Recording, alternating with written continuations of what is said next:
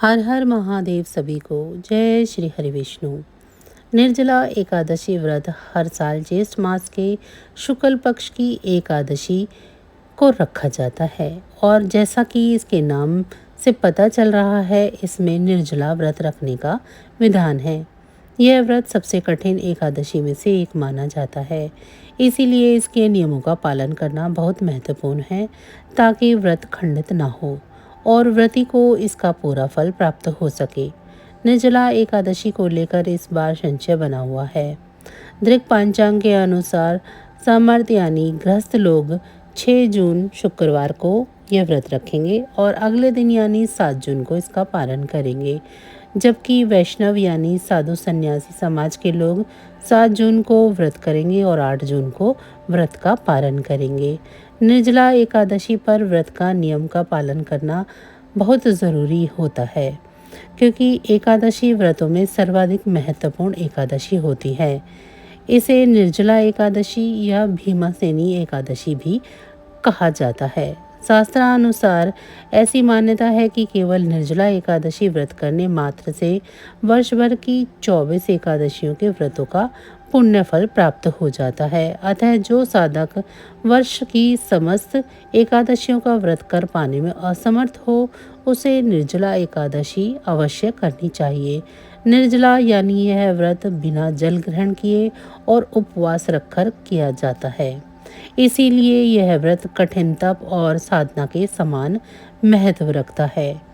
हिंदू पंचांग के अनुसार वृषभ और मिथुन संक्रांति के बीच ज्येष्ठ मास की शुक्ल पक्ष की एकादशी निर्जला एकादशी कहलाती है। यह व्रत मानसिक और शारीरिक स्वास्थ्य के नज़रिए से भी अत्यधिक महत्वपूर्ण है। एकादशी का व्रत भगवान विष्णु की आराधना को समर्पित है। इस एकादशी का व्रत करके श्रद्धा और सामर्थ्य के अनुसार दान करना चाहिए। इस दिन विधि पूर्वक जल कलश का दान करने वालों को पूरे साल की एकादशियों का फल मिलता है। जो इस पवित्र एकादशी व्रत को करता है, वह समस्त पापों से मुक्त हो जाता है। विशेष एकादशी के पूजन का विशिष्ट नियम इस विशेष एकादशी के पूजन का विशिष्ट नियम है, जिसका अनुपालन बहुत ज़रूरी होता है। इस दिन अन्न का त्याग बहुत ज़रूरी है। इस दिन किसी भी प्रकार का अनाज पूरी तरह से वर्जित है। इसमें फलाहार भी मान्य नहीं है। व्रत के दौरान मन को शांत और शुद्ध रखना चाहिए। किसी के प्रति बुरे विचार नहीं लाने चाहिए और तीखा बोलने से बचना चाहिए। दिन भर कम बोलना चाहिए और हो सके तो मौन रहना चाहिए। दिन में सोने से बचना चाहिए।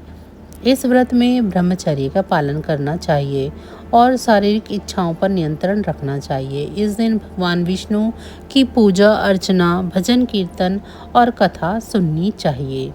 इसके साथ ही इस तिथि पर रात में जागरण करना भी शुभ माना जाता है। द्वादशी के दिन सूर्योदय के बाद व्रत का पारण किया जाता है, लेकिन पारण से पहले ज़रूरतमंदों को दान दक्षिणा देना और पूजा करना ज़रूरी होता है। व्रत के दौरान क्रोध और लोभ जैसे नकारात्मक विचारों से दूर रहना सबसे ज़्यादा ज़रूरी और अनिवार्य है, अन्यथा व्रत का लाभ नहीं मिलता। विधि पूर्वक व्रत करने का विधान: श्रद्धालु प्रातःकाल सूर्योदय के समय स्नान के बाद भगवान विष्णु की पूजा अर्चना कर निर्जला एकादशी व्रत करने का संकल्प लें। साधक और श्रद्धालुओं के लिए यह आवश्यक है कि वह पवित्रीकरण के लिए आचमन किए गए जल के अतिरिक्त अगले दिन सूर्योदय तक जल की बिंदु तक ग्रहण न करें एवं अन्न व फलाहार का भी त्याग करें।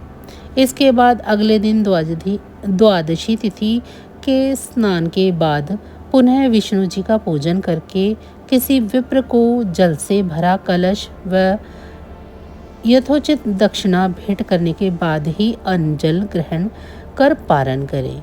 तो बस आज की जानकारी इतनी ही थी। फिर मिलेंगे हम आपको ऐसी ही किसी अन्य जानकारी के साथ अगली वीडियो में।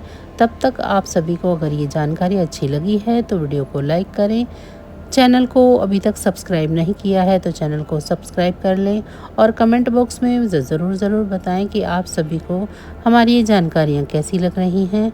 इसी के साथ भगवान विष्णु और माँ लक्ष्मी की कृपा दृष्टि आप सभी पर सदैव बनी रहे। आप सभी का बहुत बहुत धन्यवाद। नमः शिवाय।